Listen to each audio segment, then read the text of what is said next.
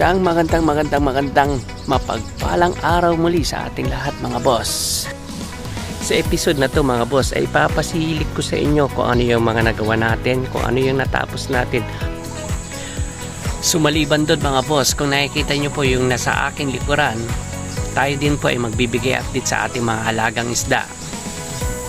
Kaya mga boss, pahiram ng konting oras nyo at panahon nyo. Samahan nyo ako at tara, silipin natin sila.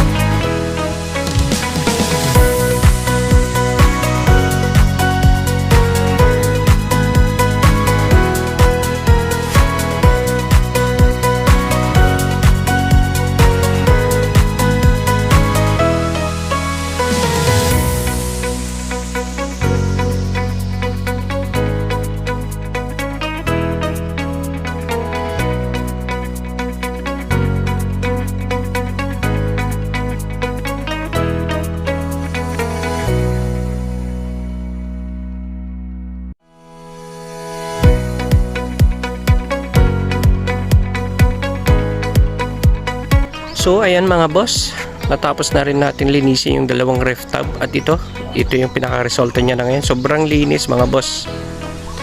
Bali magpapahinga lang tayo ng konti at ipupwesto na natin to mga to at lalagyan natin ng tubig. Mag-iigib tayo ng tubig sa puso at yun ang gagamitin natin. So kung nakikita nyo po yung area po namin, napakasarap naman po talagang sabihin na masarap tumira sa probinsya talaga mga boss. Maliban sa sariwa ang hangin, maraming ding mga puno dito. Kung nakikita nyo po dito, napaiikutan po kami ng puno ng mga mangga. So ayan, merong mga puno dito ng mga mangga. So napapaikutan po tayo dyan. Ayan, may mga bunga na rin. Ayan.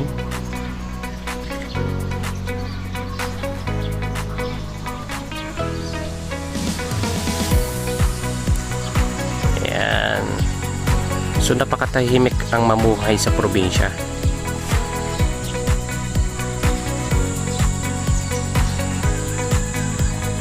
So ayan, ang daming bunga ng mangga. Ayan. So konting panahon na lang ay pwede na rin yan mga pitasin yung mga yan, mga boss. So ayan mga boss, balik na tayo sa pag-aalaga natin ng isda. Papasilip ko lang po sa inyo yung mga alaga nating isda. Ayan, may tub tayo dyan. Meron din dito sa kabila. At yung mga aquarium natin, dinivider natin. Ayan po sila.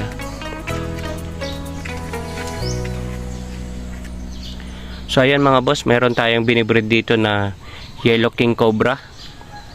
At mayroon na rin din silang anak. At dito naman mga boss, meron din tayong metal yellow pingo. At dito naman sa maliit na aquarium na to, meron din tayong metal green Moscow. At ito naman mga boss, ang pangalan naman nito ay halfback red rostel. At meron din tayo dito, maliit lang, nakalagay sa planggana. Ito naman ay blue dragon snake skin. At dito naman sa banyera na to, meron din naman tayong halfback red rostel na 1.5 months na sila. So marami itong mga boss. At meron din tayo dito. Ito naman yung cobra blacktail. Ayan, binibreed po natin sila. So kung nakikita nyo to kung nakikita nyo to boss, ito is lagayan lang to ng tubig. So hinati lang natin dito, hiniwa natin dito sa tagiliran niya, sa side niya. At yan, nagamit na rin natin. Itong maliit na container na to, meron din tayong ditong Blue Dwarf Panda.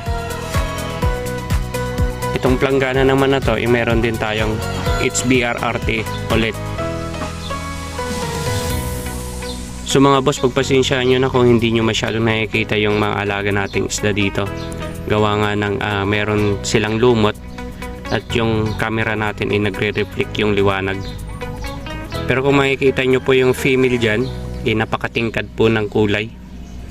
At yung male natin na HBRRT, ayan, labas na labas yung kulay. Kung titignan nyo, parang Japanese koi na po yung kulay niya sa sobrang tingkad ng kulay. Itong banyera naman na to, meron tayong alaga ditong RDSS, Red Dragon Snake Skin. Pero tulad ng sinabi ko, pagpasensyaan nyo na kung hindi nyo masyadong nakikita yung isda dito. Pero may mga anak na rin to, may mga fry na rin po sila. At ito naman albino snake skin red tail. Ayan mga boss, nakalagay po sila sa aquarium. At dito naman, itong kulay green na tubig, magenta pink.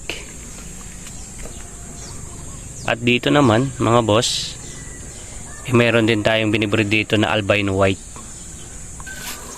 So itong malaking ref tub na to, meron din tayo dito maraming juvenile na 2 months old na black dragon snake skin. So ito po ang pinaka-latest update natin ngayon sa ating vlog na to. At nakita nyo na rin po yung breeding area po namin at yung setup ng kung saan po kami nagpaparami ng mga isda namin mga boss. At kung ikaw naman ay napadpad at naligaw sa aking channel na to, baka pwedeng pa-subscribe, paki-like, share, at pakipindot na rin ang notification bell para updated po kayo sa mga susunod ko na vlog. Ano man ang inyong ginagawa, laging mag-iingat. Salamat!